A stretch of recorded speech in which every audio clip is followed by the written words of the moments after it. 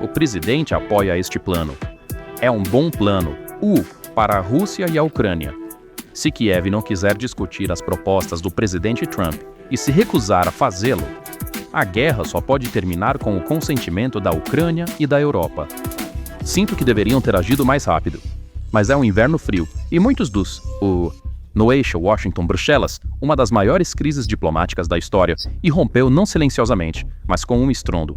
Há um plano de paz na mesa, mas os aliados europeus veem isso não como paz, mas como rendição. De acordo com informações verificadas pela Reuters e pela BBC, o rascunho de 28 pontos preparado pela administração dos Estados Unidos causou ondas de choque nas capitais europeias.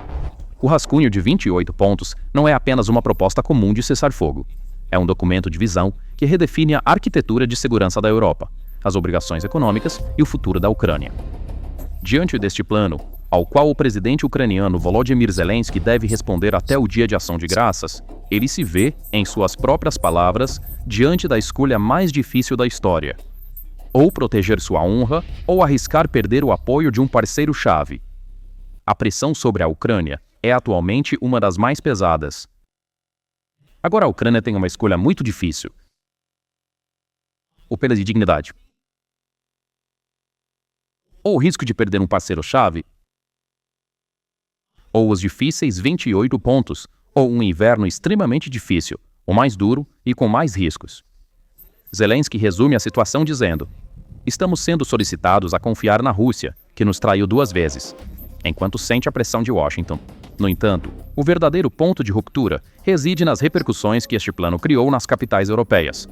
De Londres a Berlim, Paris a Varsóvia, os líderes europeus estão acionando seus reflexos de autonomia estratégica mais fortemente do que nunca em resposta a estas disposições, que foram moldadas sem consultá-los e afetam diretamente a segurança do continente. Os diplomatas estão falando claramente: a Europa não aprovará quaisquer concessões territoriais de Kiev. A Europa está questionando não apenas a guerra, mas também o seu lugar na nova ordem mundial que será estabelecida após a guerra.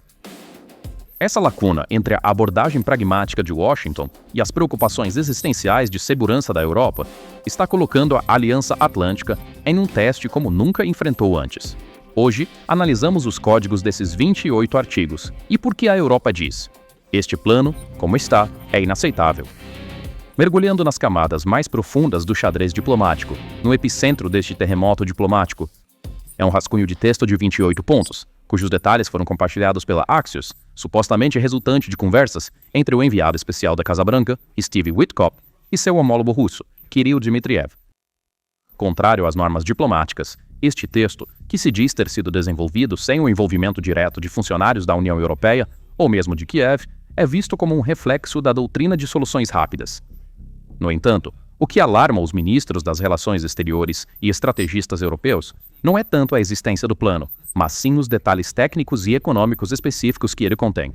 Vamos dar uma olhada mais de perto nesses pontos críticos que criaram um efeito de balde de água fria nos corredores de Bruxelas com a meticulosidade de um analista ocinte. Primeiro, o colapso da doutrina de defesa, artigos 6 e 8. Em termos de segurança, 2 artigos se destacam que contradizem o princípio de dissuasão da Europa.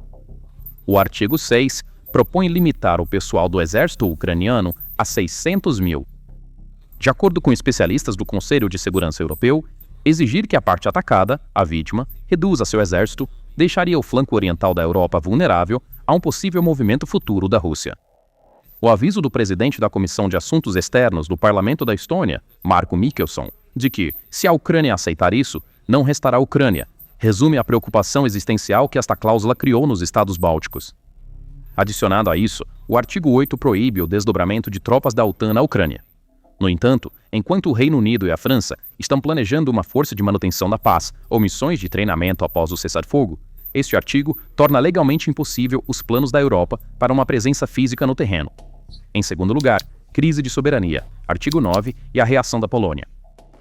Talvez o momento em que a cortesia diplomática foi mais tensa tenha sido com o surgimento do artigo referente à Polônia. O artigo 9 afirma que aviões de guerra europeus serão implantados na Polônia. No entanto, o problema é que, de acordo com declarações do primeiro-ministro polonês Donald Tusk, Varsóvia não foi consultada sobre este assunto previamente. A declaração de Tusk de que os poloneses tomam decisões sobre a Polônia Nada acontece sobre nós sem nós. É a prova de que o plano de 28 pontos desafia não apenas a Ucrânia, mas também a soberania dos membros mais leais da OTAN. Quando a divergência de visão entre Bruxelas e Washington ficou clara, um reflexo de ação inesperado foi desencadeado nas capitais europeias, em vez da aceitação esperada. Fontes diplomáticas indicam que a Europa está se preparando para implementar seu plano B. Isso não se trata mais apenas de apoiar a Ucrânia, mas de uma tentativa de construir o próprio escudo de defesa da Europa, independentemente de Washington. A preparação para o desdobramento por Londres e Paris foi a primeira resposta. De acordo com relatórios da Bloomberg, o Reino Unido apresentou um plano para enviar tropas à Ucrânia, imediatamente após o cessar-fogo. Esta ação é um desafio direto à regra de não envio de tropas da OTAN, proposta por Washington no artigo 8. A Força de Resseguro, desenvolvida sob a liderança de Keir Starmer e Emmanuel Macron, é um esforço para provar que a Europa pode ser uma força de dissuasão contra a Rússia no terreno, mesmo sem garantias americanas. Segundo o Le Figaro, essa força não é apenas para fins de treinamento, mas também tem o potencial de assegurar uma possível linha de cessar-fogo. Os esforços de coordenação e a diplomacia discreta da Alemanha também são dignos de nota. O chanceler Friedrich Merz está seguindo uma linha mais diplomática, mas determinada. A mensagem de Merz a Zelensky, durante suas conversas, de que nenhum acordo pode ser válido sem a aprovação da Europa, mostra que Berlim está tentando estabelecer um mecanismo de correção que protegerá os interesses da Europa sem queimar pontes com Washington. Os funcionários alemães sabem que o plano americano faz parte de uma estratégia para pressionar todos ao mesmo tempo e estão tentando manter a unidade europeia em resposta. Enquanto isso, a equação do Mar Negro e o papel crítico da Turquia são novamente dignos de nota. Neste novo sistema de segurança, o papel da Turquia também está ganhando importância estratégica. As conversações do Reino Unido para expandir o grupo do Mar Negro, com a Turquia, Romênia e Bulgária para desminagem e segurança em mar aberto, tornam Ankara, guardiã da Convenção de Montreux, um ator-chave. A Polônia e os Estados Bálticos estão adotando a linha mais dura. O apelo de Donald Tusk de que a Rússia quer nos enfraquecer. Não podemos permitir que sejamos divididos. E o aumento das medidas de segurança contra a sabotagem ferroviária mostram que este bloco rejeita firmemente a postura conciliatória de Washington. O ex-embaixador dos Estados Unidos na União Europeia, Anthony Gardner, também criticou esta situação, dizendo: "Esta administração realmente quer destruir a União Europeia. É um agressor que está perdendo território e se desarmando, validando as preocupações da Europa." Então, quais são as circunstâncias que levam a Europa a não se alinhar com a visão de Washington e a acreditar que a Rússia não é sincera? Na raiz da diferença de visão entre Washington e Bruxelas não estão os itens no papel, mas a realidade assustadora sob e acima da superfície. Para Washington, a Rússia é um estado com o qual se deve negociar.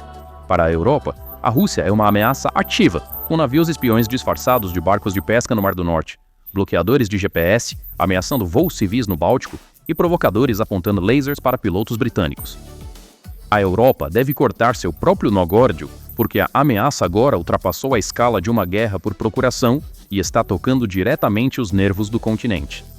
O pesadelo da frota sombria no Báltico é a razão mais crítica. Apesar do declínio nas exportações de petróleo russo apontado pela chefe de política externa da União Europeia, Kaja Kallas, a frota fantasma da Rússia vagueia pelas águas internacionais como um espectro. Composta por petroleiros sem seguro, negligenciados e envelhecidos, esta frota não só contorna as sanções, mas também serve como uma arma híbrida ao potencialmente causar um desastre ambiental nas costas dos países bálticos ou ao transportar equipamento militar. A doutrina pirata no Mar do Norte é uma das razões mais importantes para isso: lasers e espionagem. De acordo com relatórios da Bloomberg, o plano do Reino Unido de enviar tropas para a Ucrânia é, na verdade, parte de um reflexo de defesa muito mais amplo. Pilotos da Força Aérea Real Britânica, RAF, sendo submetidos a assédio com laser de navios russos durante patrulhas de rotina sobre o Mar do Norte e manobras imprudentes que colocam a aviação civil em risco, estabeleceram a percepção em Londres de que a diplomacia acabou, a dissuasão é essencial. A frota de espionagem da Rússia, disfarçada como navios de pesquisa mapeando a infraestrutura energética do Mar do Norte e circulando turbinas eólicas e cabos de dados, está ensaiando um cenário apocalíptico que poderia cortar a internet e a eletricidade da Europa. A força de resseguro que a Grã-Bretanha e a França estão tentando estabelecer é uma resposta prática a essa ameaça física, contrapondo-se à determinação de Washington de não enviar tropas do artigo 8. Agora, para o terceiro artigo crítico, a equação geoeconômica. Artigo 14 e a partilha do ônus financeiro. Talvez o maior debate se concentre no artigo 14, que trata da gestão de dinheiro e ativos. De acordo com o rascunho, a gestão de aproximadamente 300 bilhões de dólares em ativos russos congelados no Ocidente está evoluindo para uma estrutura completamente diferente do modelo de crédito de compensação anteriormente elaborado pela Europa. Segundo o plano, uma parte de 100 bilhões de dólares será transferida para um fundo de reconstrução a ser estabelecido sob a liderança dos Estados Unidos. No entanto, a frase crítica no texto que provocou a reação dos diplomatas europeus é: os Estados Unidos ficarão com 50% dos lucros desta iniciativa. Este artigo está sendo interpretado nas capitais europeias da seguinte forma: o risco permanece em grande parte com a Euroclear, sediada na Bélgica, onde os ativos estão mantidos, e com o sistema jurídico europeu, enquanto os retornos financeiros e a iniciativa de gestão estão se deslocando para o outro lado do Atlântico. O fato de que diplomatas europeus seniores falando ao político descreveram isso como uma abordagem que pode minar os esforços da Europa e que um alto funcionário criticou a situação com a analogia "Whitcomb precisa de um psiquiatra", mostra o quão altas estão as tensões. Para a Europa, isso não é apenas uma questão de dinheiro. Significa o risco de que a Rússia, sem pagar reparações de guerra, possa ver parte de seus ativos transformados em um veículo de investimento e retornados ao sistema. Quarto, a posição da Rússia, uma vitória estratégica. Sinais do Kremlin confirmam que Moscou vê este plano como terreno negociável. A convocação urgente de Putin do Conselho de Segurança e sua declaração de que Ucrânia e Europa ainda sonham com uma derrota estratégica mostram que a Rússia vê esses 28 pontos como uma oportunidade de transformar seus ganhos militares no terreno em uma vitória diplomática. A inclusão do retorno da Rússia ao G8 e sua integração na economia global, artigo 13, significa contornar as sanções para Moscou, o que é exatamente o oposto da estratégia da Europa de enfraquecer a Rússia. Esta crise diplomática não é apenas um debate sobre onde as fronteiras da Ucrânia devem estar. É uma reestruturação fundamental da arquitetura de segurança transatlântica que manteve o mundo ocidental unido desde 1945. As palavras da representante de assuntos externos da União Europeia, Kaja Kallas, a pressão deve estar sobre o agressor, não sobre a vítima. Não são apenas uma posição moral, mas a realidade da realpolitik da Europa. Se o plano de 28 pontos for implementado como está, a Europa se encontrará em 3 grandes armadilhas estratégicas. Primeiro, a armadilha de segurança.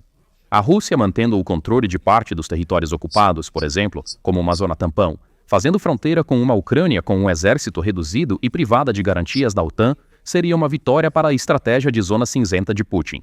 De acordo com estrategistas europeus, o próximo alvo da Rússia neste cenário seriam os Bálticos ou a Moldávia, utilizando métodos de guerra híbrida. Em segundo lugar, a armadilha financeira.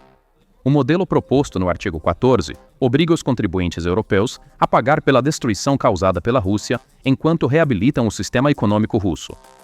Isso significa o fracasso do princípio do agressor paga da União Europeia. Riscos legais sobre a Bélgica e a Euroclear poderiam paralisar o sistema financeiro europeu em anos de litígios. Terceiro, armadilha política. A tentativa de Washington de contornar a Europa e buscar um acordo direto com Moscou coloca em questão o peso da União Europeia como ator geopolítico. O clamor de que decisões não podem ser tomadas sobre nós sem nós é uma tentativa de garantir o lugar da Europa à mesa. No entanto, como um funcionário dos Estados Unidos disse ao Axios, Washington vê este plano como difícil, mas necessário para a Ucrânia, enquanto a Europa o vê como suicídio para a Ucrânia e uma ameaça para a Europa. Toda essa situação está empurrando a Europa para uma conclusão inevitável: o armamento. Os planos da Alemanha para aumentar seu orçamento de defesa, a retórica de dissuasão nuclear da França e os preparativos de mobilização da Grã-Bretanha não são mais uma escolha, mas uma necessidade. Em um mundo onde o guarda-chuva de segurança de Washington se tornou condicional, a Europa deve construir o seu próprio. Paradoxalmente, os Estados Unidos venderem suas armas militares para a Europa parece ser uma solução para os esforços dos europeus em aumentar os gastos com defesa. Novembro de 2025 marca um momento decisivo para a Aliança Ocidental. Os 28 itens na mesa podem parecer um plano de paz no papel, mas nas entrelinhas é um manifesto declarando o isolamento da Europa. Enquanto Washington busca um acordo pragmático, Bruxelas, Varsóvia e Londres enfrentam a ameaça à sua porta. O dilema de honra ou dependência de Volodymyr Zelensky é, na verdade, o dilema de toda a Europa. Se a Europa aceitar este plano sem ditar suas próprias condições de segurança, terá hipotecado não apenas o futuro da Ucrânia, mas o seu próprio. A história nos mostra isso. Concessões feitas para apaziguar o agressor não trazem paz. Elas apenas tornam a próxima guerra mais sangrenta. E parece que a Europa se lembra muito bem dessa lição de 1939 e está se preparando para dizer não desta vez. A mesa de paz foi posta, mas as cadeiras ainda não estão ocupadas. E quem se sentar nessas cadeiras determinará quão rigoroso será o próximo inverno. Obrigado por nos escolher. Obrigado por nos escolher. Obrigado por nos